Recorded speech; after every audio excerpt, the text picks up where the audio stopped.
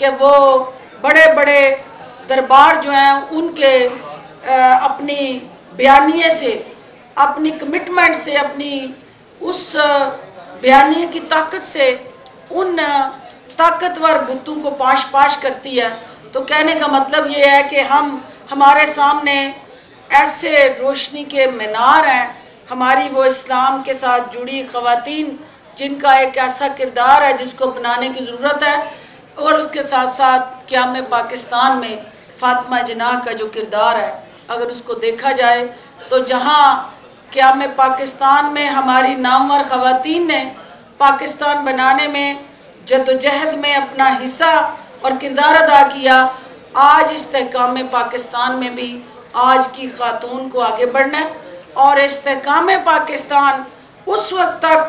یقینی خواب کی تعبیر نہیں بن سکتا جب تک خواتین معاشی محاذ پہ انگیج نہیں ہوتی.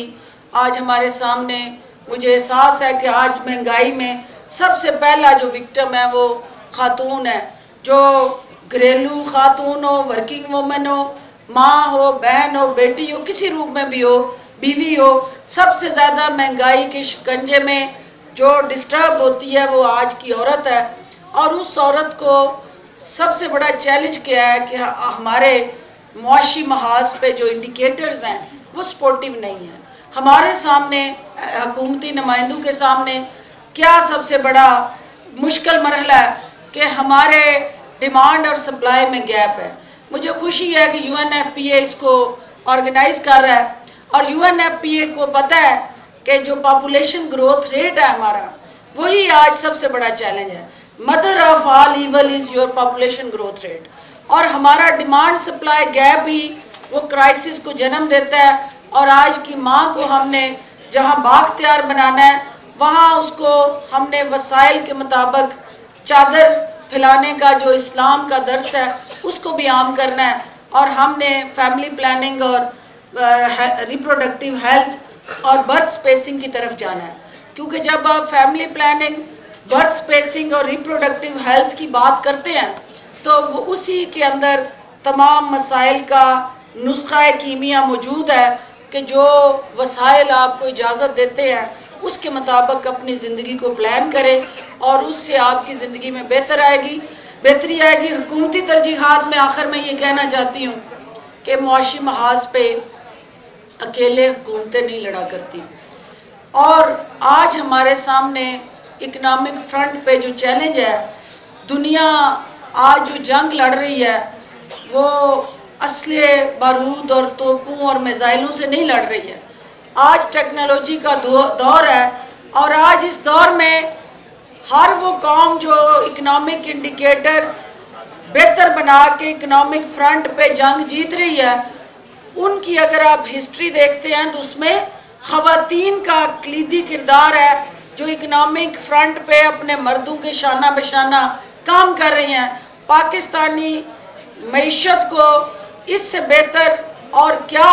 آپ سہارا دیں گی کہ آج میری بہنیں اگر جو 52% ان یوٹیلائزڈ فورس ہے اس کو ہم اکنامک فرنٹ میں انگیج کر لیں، ان کو یوٹیلائز کر لیں، اور الٹیمیٹلی اسی سے پاکستان کے معاشی محاذ کے چیلنجز اوور کم ہوں گے، اور ہم پاکستان جو ہے وہ گیونگ اینڈ پہ آئے گا، اور ہم خوددار قوم جو اقبال نے ہمیں سوچ دے رہی تھی اس کی طرف بڑھیں گے. اور خود ہی سے ہی آپ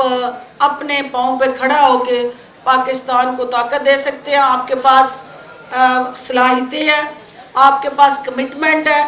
آپ کے پاس ڈیڈیکیشن ہے، آپ کے پاس ڈیووشن ہے. اگر نہیں تو اپرچونٹیز کی نہیں اور اس میں کمی ہے. آج انشاءاللہ ان اپرچونٹیز کی طرف ہم نے بڑھنا ہے. اور منسٹر وومن ڈیولپمنٹ جو ہے اس کا کام آپ کے لیے مواقع پیدا کرنا ہے. وزیر اعلیٰ عثمان بزدار کی قیادت میں ان مواقع کو آپ تک پہنچانا ہے، اور وزیر اعظم عمران خان کی قیادت میں ہم نے دنیا میں پاکستانی عورت کا روشن درخشاں باوقار جو چہرہ ہے، حقیقی چہرہ ہے، اس کو پیش کرنا ہے. اور اسی سے پاکستان کی اصل شناخت اور پاکستان کا اصل حسن جو ہے وہ دوبالا ہوگا. آپ سب کی تشریف آوری کا بھی بہت شکریہ اور آرگنائزرز کا شکریہ. کہ انہوں نے مجھے یہاں بلایا. اور میڈیا میں آخری بات جو میری میڈیا کی خواتین ہیں، جو آج چونکہ خواتین کا دن ہے، تو آج کا دن ہم میڈیا میں کام کرنے والی خواتین کو ڈیڈیکیٹ کرتے ہیں. اور وہ خواتین جو آج مشکل کام جو ہے وہ مردوں کے شانہ بشانہ، کوئی کیمرہ مین کے روپ میں ہے، کوئی رپورٹر کے روپ میں ہے، کوئی اینکر کے روپ میں ہے، کوئی ٹیکنالوجی میں کمپیوٹر پہ بیٹھی اسکرپٹ رائٹر ہے، جس بھی شعبے میں آپ کام کر رہی ہیں، میں آپ سب کو سلام پیش کرتی ہوں.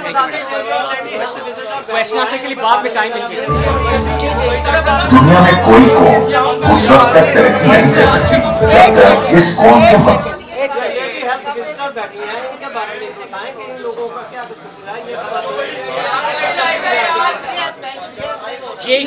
لیڈی ہیلتھ ورکر جو ہے وہ ہماری